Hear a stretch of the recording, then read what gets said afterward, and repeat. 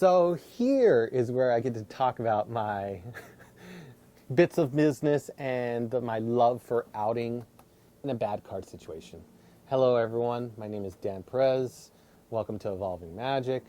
Like and subscribe. And this one's more personal video because I just love outing. Outing is just so wonderful.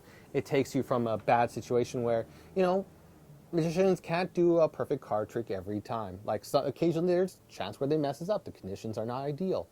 And to be able to have a way out of that situation so you can get a decent effect, not the ultimate effect, but like a decent effect so they forget that you bombed the trick, or it just makes it seem like you always have a way out. And so maybe that trick didn't go good, but all the rest went well, so they'll just blank on it. It'll be like, oh, wow, he found it. Oh, that's great. Okay, that's cool. And it'll just, as I've done this for many years, I've been in this for 15 years now. That's a long time. Outing is just so wonderful. So, outing, I should mention, is the way to get out of a card trick, in a magical way, saving yourself. Whether it be through changing a wrong card into a right card, as I described in another video, showing it, it's changed, boom, to, twirl card color changes that I've covered in another video. Not in the section series, but just my thoughts on the twirl card change. You can see that happening. To what we had just described, if there was a lost card, let's say it was the Two of Spades, I can't find it. And, hold on, it must be over here. And then showing that Two of Spades, the card selection over there for palming. There's just so many great things to do with it, and I'm just so passionate about it. Because it just takes away that thing, oh, I messed up, or oh, the trick's over. And the audience goes, wait, you're not going to find the card? You really, It just, it shows, I guess from a spiritual level, it shows that you're making that, not only doing the card trick, but in the case you mess up, you make that extra effort for the audience because you care about them to try to really find the card. Even if it is the most magical, even if it wasn't what the original effect was, at least they appreciate you trying, rather than just giving up so easily.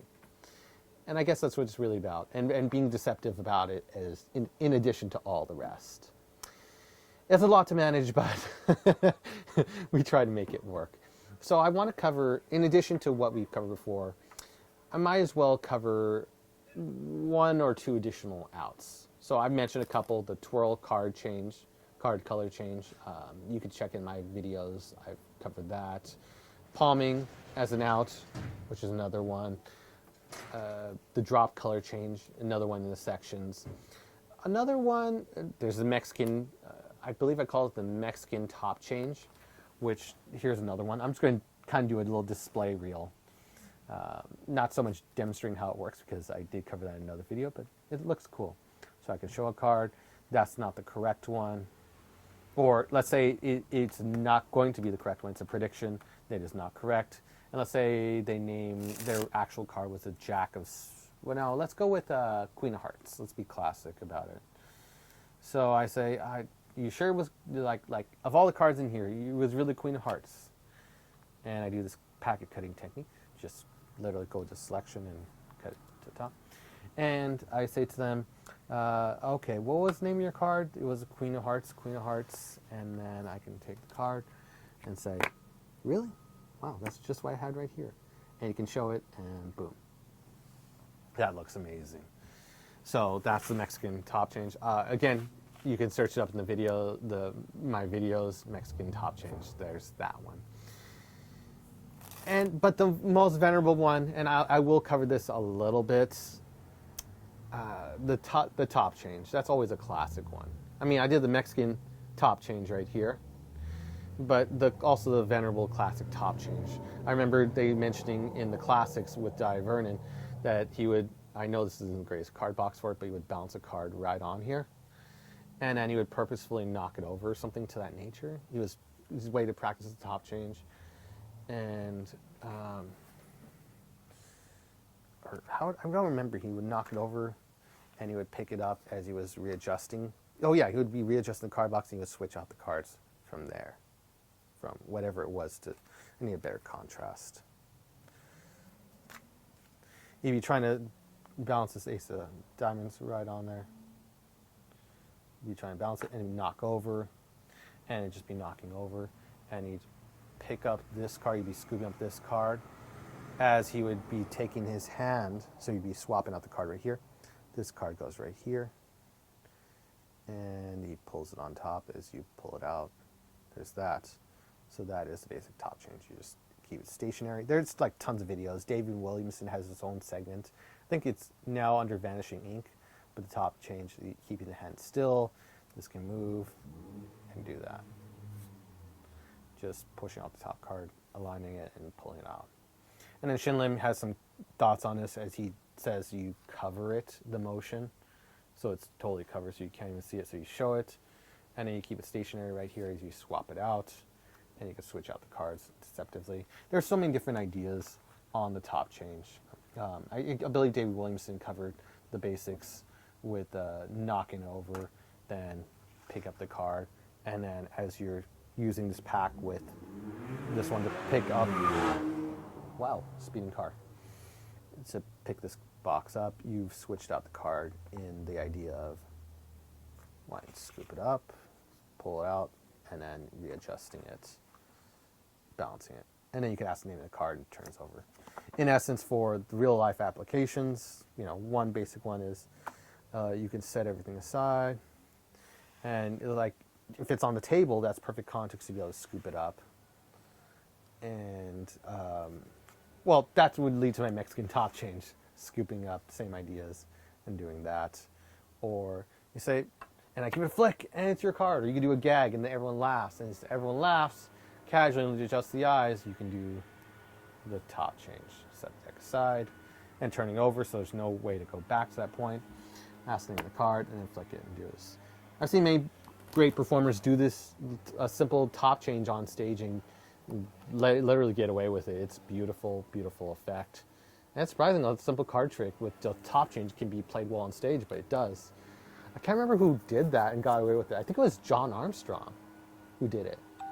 Now, I know I mentioned John Armstrong a lot, but he did it at the Castle, and that was really, really good many years ago, and how he got away with it. I believe it was John Armstrong, not 100%. But there's just so many different ways. If you can just think of different ways you can be able to get out of a card trick. Or in another way, this will be an inspiration from Eddie Fector. If you can't find it, just say, one way was to actually say, well, what was your card? Or you can ask, how do you want me to find your card? That was one section you did. How do you want me to find your card? And then they would first announce the card, and he'd say, how do you want me to find your card? And then people don't know how to react. And then he would palm it. He would then go locate the card, then proceed to palm it, control it, palm it to the pocket, and then do different ways to produce it. You want me to lose inside the pack, and then slap it out, and then show you your card. And it was just this rapid fire, quick succession of just basically outs or quick tricks that are essentially outs. And it turns a bad situation into a good one. So sometimes you actually want to encourage the cards to get lost. So in essence, this is one really, really far out idea you can try for your own humor. I almost want to say, well, yeah, it's just interesting. So you have like literally a card selected by a spectator. They toss back, assuming it's not a heckler. This would not work on a heckler because they will not announce their card no matter what. And then so they could toss it. Let's say it was 2 of clubs. They could shuffle as much as they want. We don't know what the card is ourselves normally. And then we can find our way out. And you could start from this situation. You don't know what the card is, and it's almost like a Di Vernon's trick that can't be explained because you're really just improvising how you're going to find it.